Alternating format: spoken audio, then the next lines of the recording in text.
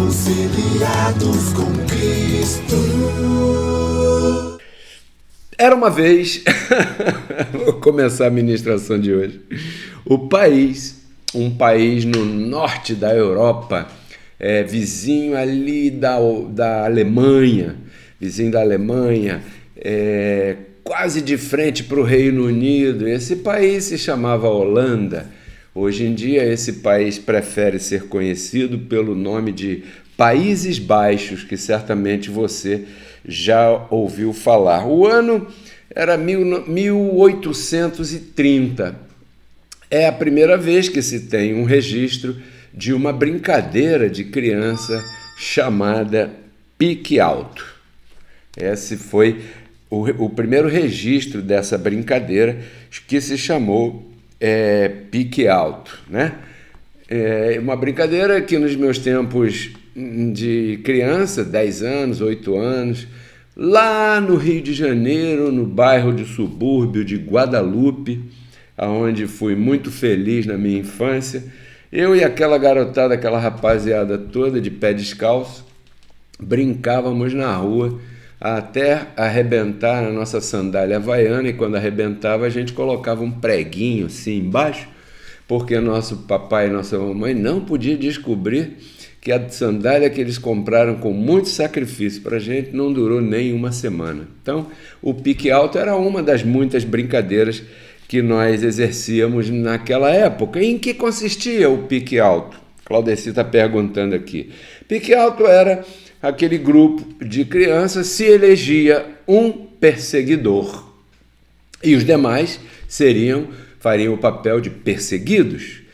O perseguidor tinha que contar até 10 e depois ele sair correndo atrás dos perseguidos, daqueles que estivessem mais perto. Quando o perseguidor tocava num perseguido, esse perseguido então foi pego. Agora ele tinha que ficar parado ali naquele lugar, congelado, como uma estátua. E os demais continuavam correndo e fugindo do perseguidor.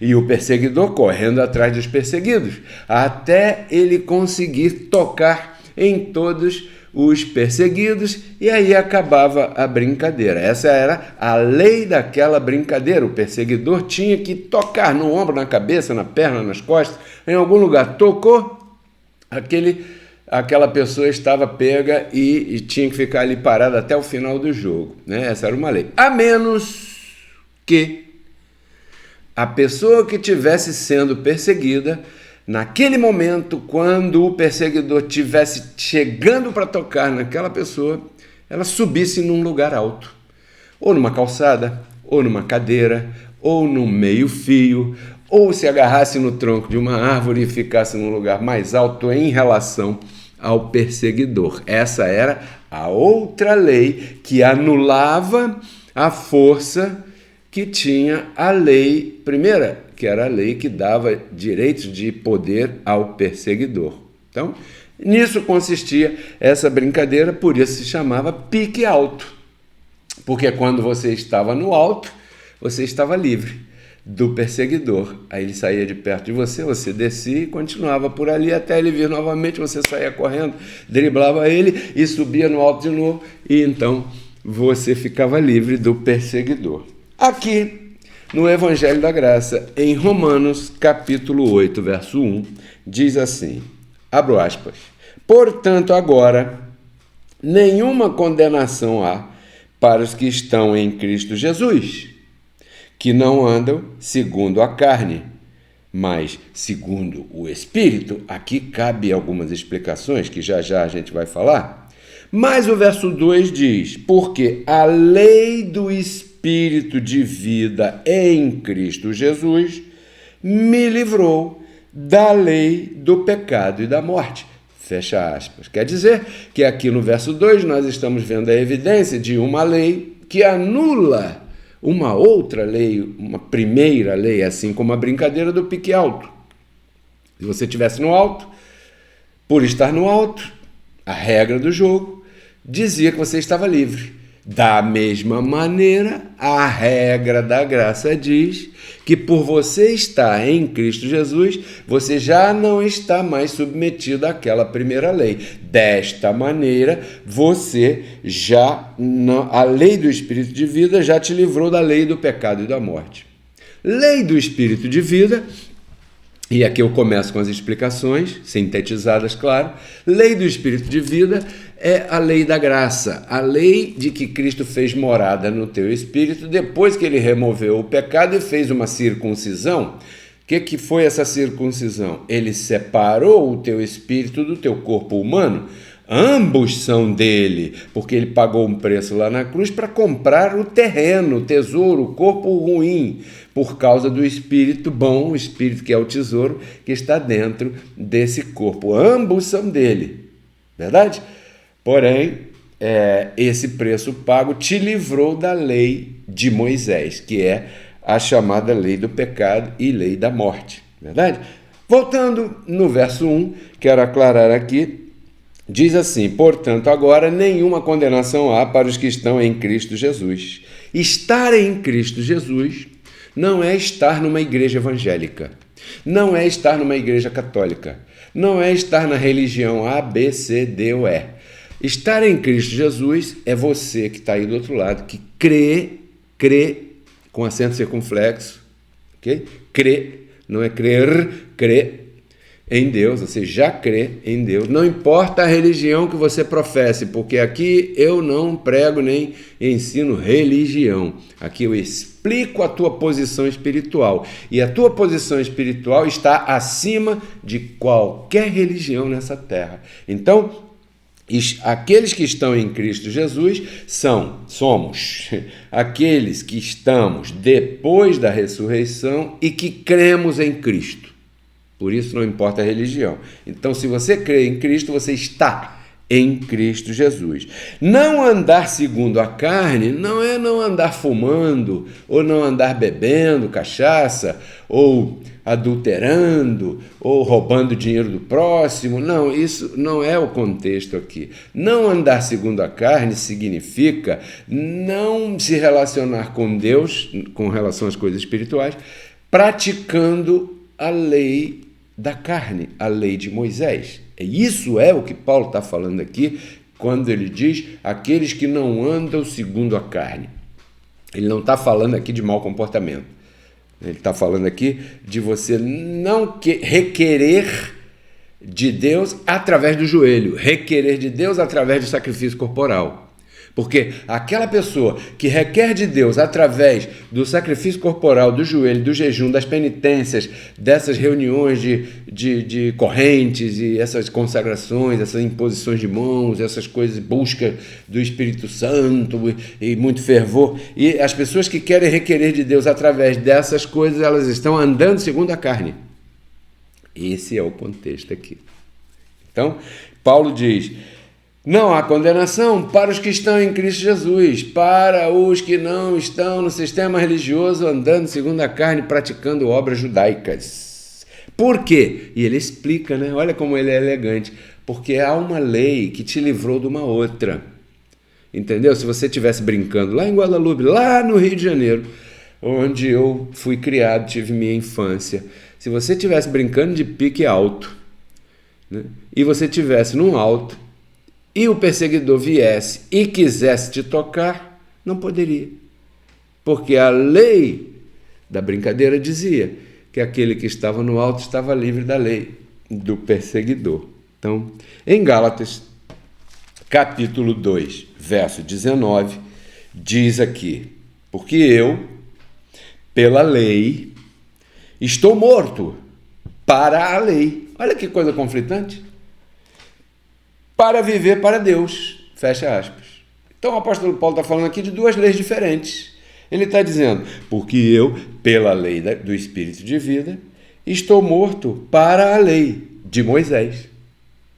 Então a lei do Espírito de vida te colocou numa posição espiritual de não tem nada a ver com a lei de Moisés. Isso significa estar morto em relação àquela lei.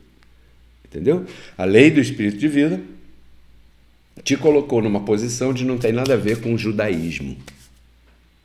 É isso que está dizendo aqui. O verso anterior, Gálatas 2,18, diz: porque se eu torno, presta atenção nisso, que isso aqui é que é sério, se eu torno a edificar, ou seja, a dar vida, a trazer à baila, a colocar aqui hoje na mesa, de novo como se estivesse presente, se eu torno a edificar aquilo que foi destruído, eu me constituo a mim mesmo em transgressor.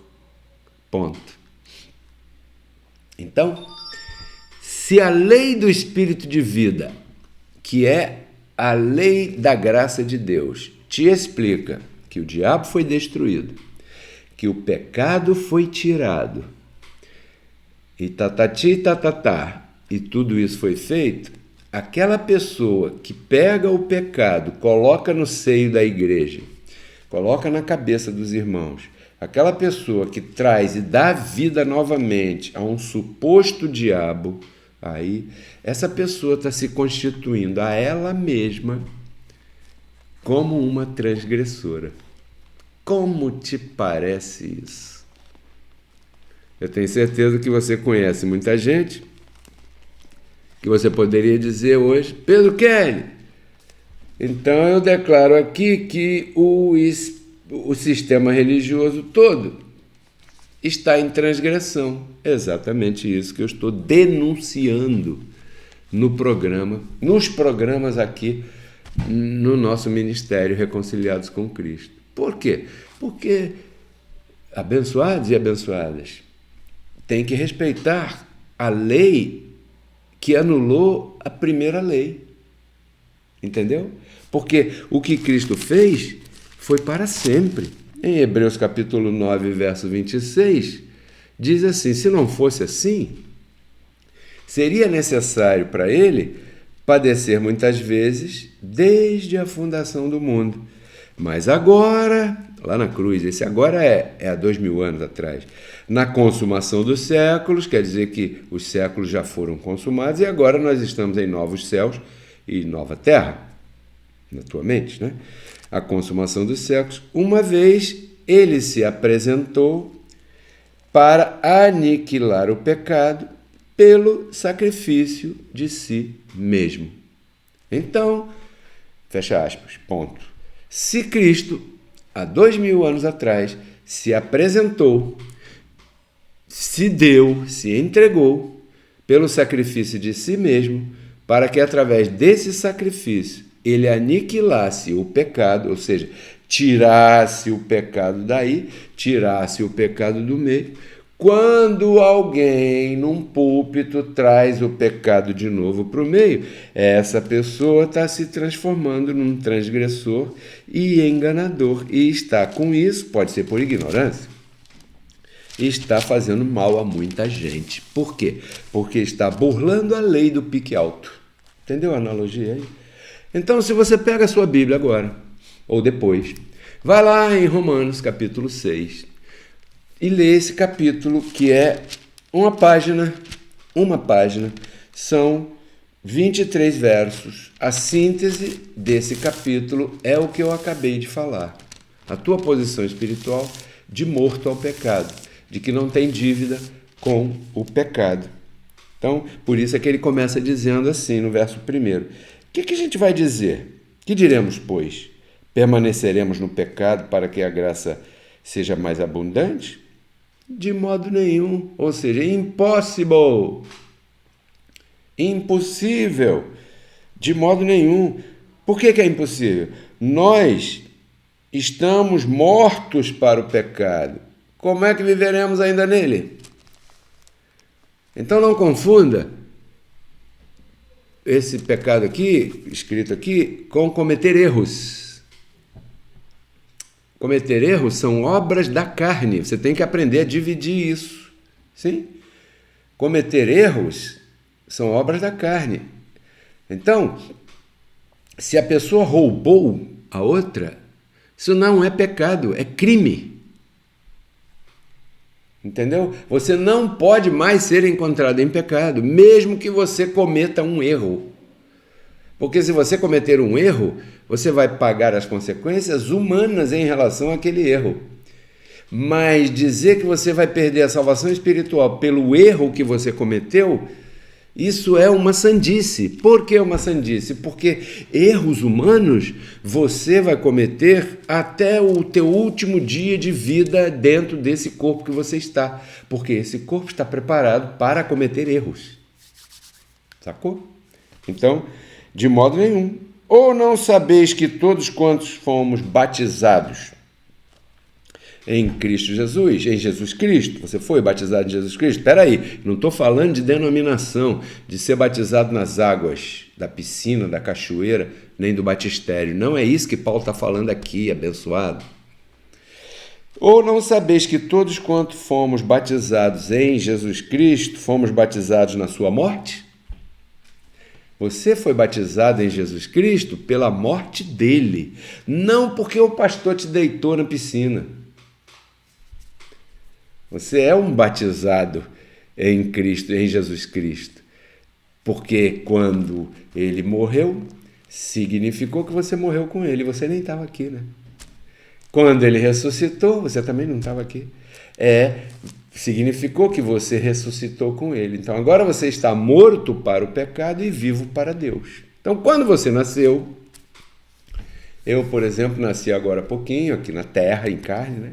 Quando eu cheguei aqui nesse cenário, as coisas já estavam resolvidas. Eu não tive que passar por batistério. É claro que eu também caí no mesmo engano que você caiu. Eu fui católico, eu frequentei a igreja católica, eu fiz primeira comunhão, tudo isso aí. Eu tomei hóstia daquela mão suja, daquele padre que quem sabe o que ele tinha feito ali atrás da sacristia, né? Depois eu fui evangélico por 9 anos, pentecostal, era pastor, batizei, expulsei demônios, fiz o diabo lá na igreja evangélica, até que fui trazido à graça e ela foi revelada à minha mente. E eu comecei a ver que naquele tempo eu era menino e quando eu era menino eu fazia coisas de menino pensando que estava correto na minha relação com Deus, até que o Evangelho da Graça começou a me aclarar. E eu comecei a ver quanta bobagem. Então Deus me levantou para explicar isso para você. Vou ficar por aqui. Declaro você reinando em vida, prosperado em tudo. Quero te convidar nesse momento a semear. Aí está na tua tela os nossos códigos Pix, para você enviar tua semente agora para o Ministério Reconciliados com Cristo. Porque eu tenho certeza que tem pessoas que estão nos assistindo que Deus está tocando através do Espírito da Graça aí no teu coração. Caramba, essa palavra é muito forte, eu tenho que colaborar com esse ministério. E eu digo para você, tem sim, abençoado, porque se você está ouvindo essa voz aí no teu coração, é Deus mesmo que está colocando. Entendeu?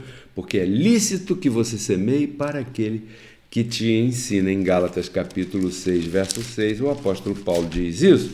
Ora, compartilhe dos teus bens com aquele que te instrui. Ele diz, aquele que é instruído na palavra, reparta dos seus bens com aquele que o instrui. Então aí está na tua tela os códigos Pix para você enviar. O primeiro código é o nosso celular, 21 99104 8388. O segundo código Pix é o nosso e-mail, pedrokellerrcc@gmail.com. E eu vou ler para você novamente aqui, Gálatas capítulo 6, verso 6, que diz, e o que é instruído na palavra, reparta de todos os seus bens com aquele que o instrui.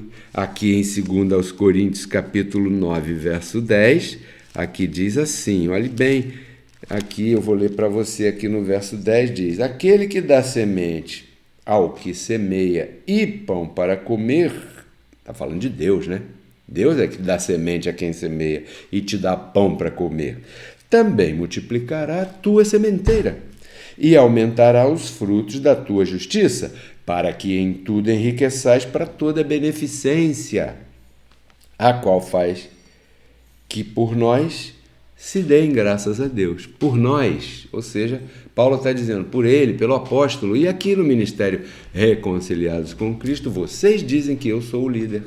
Você diz que eu sou o apóstolo, você diz que eu sou o bispo. Então, você deve semear no ministério Reconciliados com Cristo. Se você se sente bem, se é aqui que você está se alimentando. Por que eu estou insistindo nisso no final? Porque outro dia eu recebi uma mensagem de uma pessoa enviando para cá uma semente. E eu perguntei, abençoado, por que você está semeando aqui se você congrega lá naquele lugar, assim assado? Não interessa dizer aonde é, né? E ele me explicou. Não, sabe o que é? É que eu ouço e uso as palavras que você ministra e estão funcionando na minha vida.